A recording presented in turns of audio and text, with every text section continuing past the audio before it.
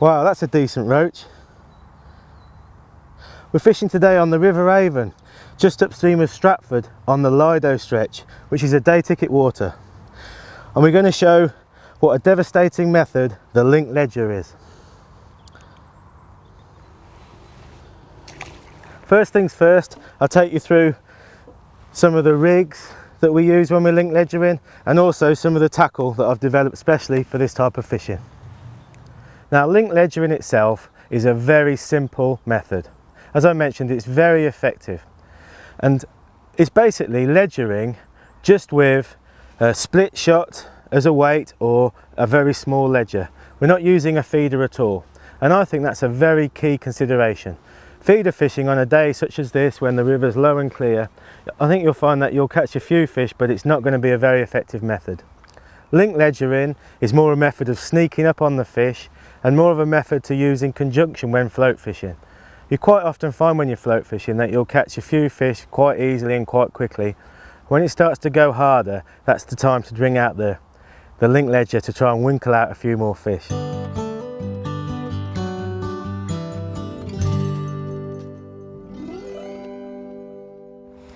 So what sort of gear would I use when I'm fishing on a river like this?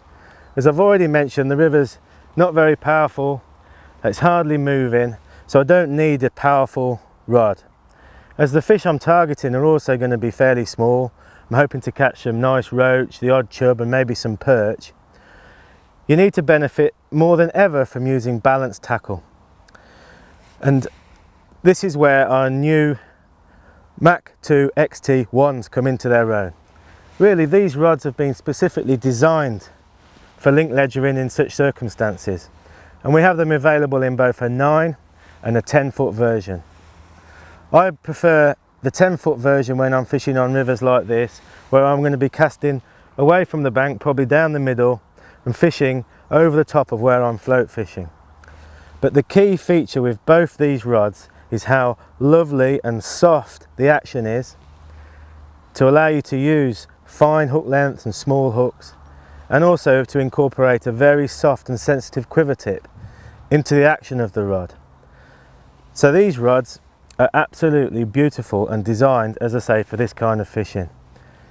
They're made from 30-ton carbon, which means we can get the diameter of the blank very low, and they're very lightweight. It all lends itself to fishing in hard conditions, either when it's difficult to get a bite, or harsh conditions when it's windy and wet and you want to tuck in under your umbrella and sneak out the slightest of bites. That's what these rods are developed for. They're two-piece rods and they're equal length, so that you can actually leave the rod set up to save time when you get to the venue. Another consideration to think about is the lovely compact small line guides. They're extremely hard wearing, but also match the slimness of the bank perfectly. And you'll also notice that we've got a fairly short handle. Again, it just means that when you're fishing with the rod, you've got the rod in your hand, it's easy to strike, there's no long butt to get in the way.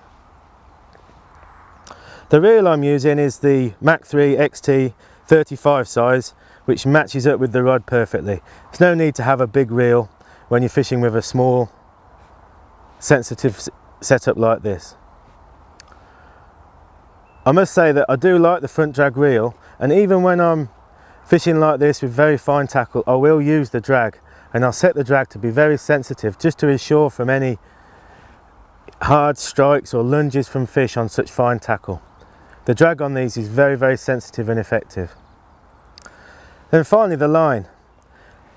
I'm only using 016 XWR main line, which is certainly robust enough to use for the light leads that I'm fishing with, and also balances perfectly with the hook lengths. And I think today I started with 08 just to see what's there and see what bites I can get. But you will be surprised what you can land on such fine gear with such balanced tackle and such a beautiful rod as the MACH 2 wand. Finally, the hook. I'm using a size 20 B510 hook that's very versatile. I can fish it with a single or a double maggot, very sharp, and we'll start with that hook and take it from there.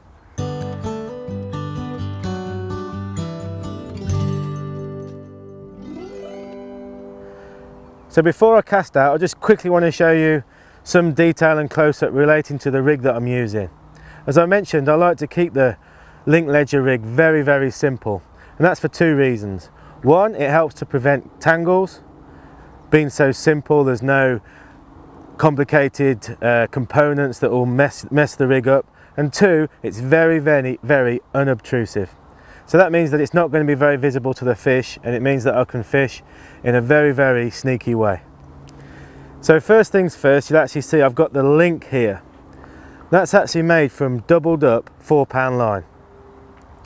I used a 4-pound line, which is actually stronger and stiffer than the main line, because it means that the line's not damaged when I'm squeezing on the non-toxic shot, and also it acts like a stiff boom, keeping the shot away from the hook length below it. And all I simply do is thread the line through a small swivel and then pinch the split shot onto the bottom of that. In this case I'm using 4 AAA Dinsmore egg shots.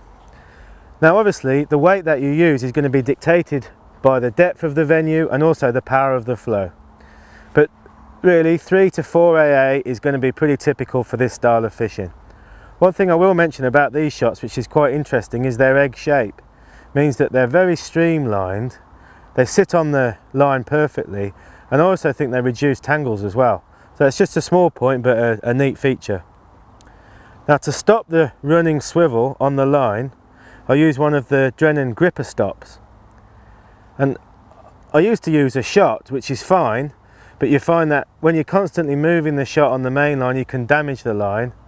And also, this gripper stop's very lightweight, so it doesn't cause any problems when you're casting, that the rig doesn't cartwheel out. So again, I think that's a very small but very important point, using the Drennan gripper stop. I actually like to leave a length of main line below the gripper stop to where I attach the hook length, and again that helps with reducing tangles because the main line's a little bit stiffer than the hook length and it's less inclined to wrap round itself during the cast and when you're fishing. Just to mention the knot that I attach the hook length with, I like to use the figure of 8 water knot, which is probably the strongest knot I know, and also very, very small and neat. Again, it just helps to keep the rig to a very basic minimum. Now you'll notice that the hook length there is around about 60-70 centimeters long.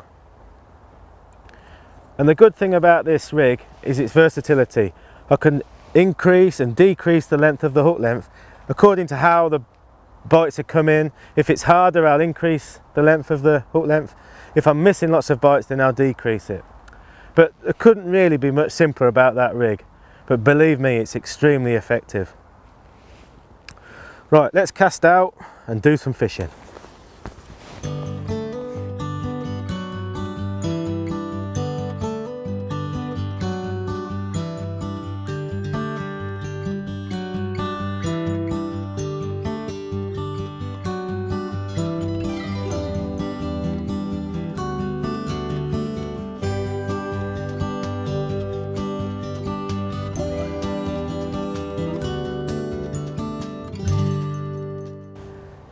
So, as I mentioned at the start of the video, one of the big strengths that I like about fishing the link method is that you can fish it in conjunction with a float. So when it comes to feeding, it's obviously natural to state that you're going to feed the peg in the same way as if you were float fishing. So that would be little and often, maybe between 5 and 20 maggots every couple of minutes to keep a steady fall of bait falling through the peg. And the great thing about the link is you can cast it around the peg to try and pick out where the fish are actually hanging in the swim. Sometimes the fish will be on top of the feed, so by using a longer tail with the link and letting the bait naturally fall, you'll pick fish up on the drop. Other situations when the fish are maybe more lethargic or you're fishing for the odd better fish, they're probably going to be further down the peg.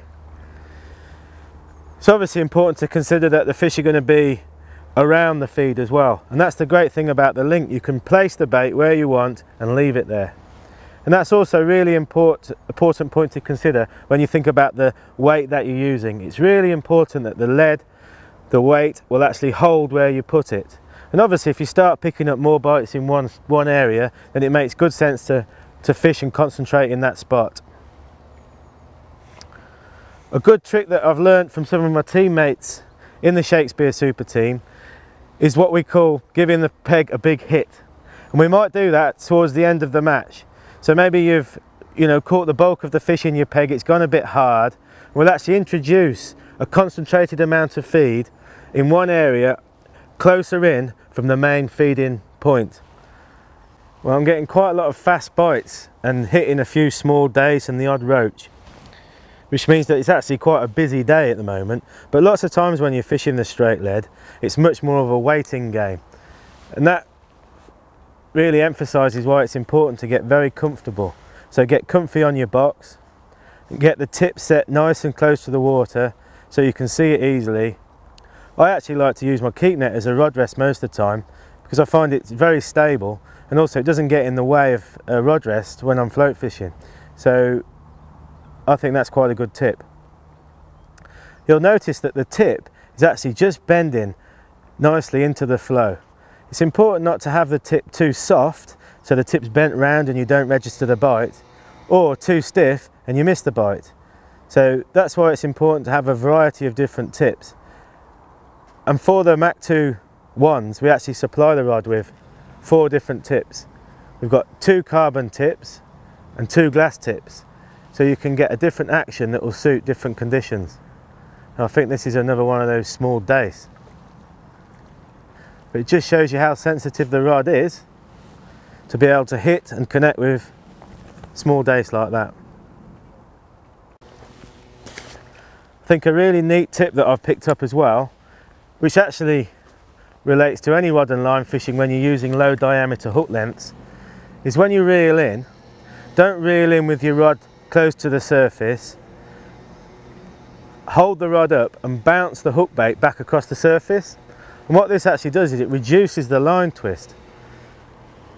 You can get a lot of line twist when you're using finer diameter line and small hooks, and it can be a nightmare. But that little tip will really help reduce it. Another important point that I think is worth mentioning, and it sounds very simple, is how you hook the maggot. Now I prefer, when ledgering, to hook the maggot so that the hook point is actually in line with the maggot's head. And what that achieves is when the maggot's on the bottom, the hook point is always facing up and not getting stuck in any leaves or snags on the bottom. Again, I mean, that's a very simple point, but I think it helps and reduces the amount of rubbish that you can pick up, and also reduce the amount of hooks that you lose. Now that definitely feels like a good chub, and you can see how the rod's absorbing all the lunges as the chub is making a desperate attempt to snag me up. I'm taking my time. A bonus fish like this in a match would be absolutely fantastic. Yeah, look at that.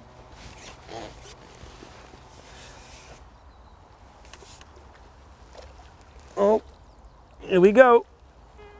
Yeah, got him. Fantastic. It's well over £2 that fish.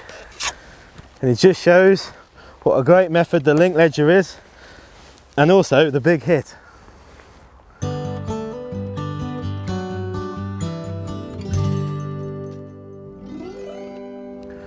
I hope that that's given you a few tips to help you catch a few more fish on the straight lead. If you've got any more questions at all relating to the tactics or the gear I've used today, please don't hesitate to drop me an email. Thanks a lot.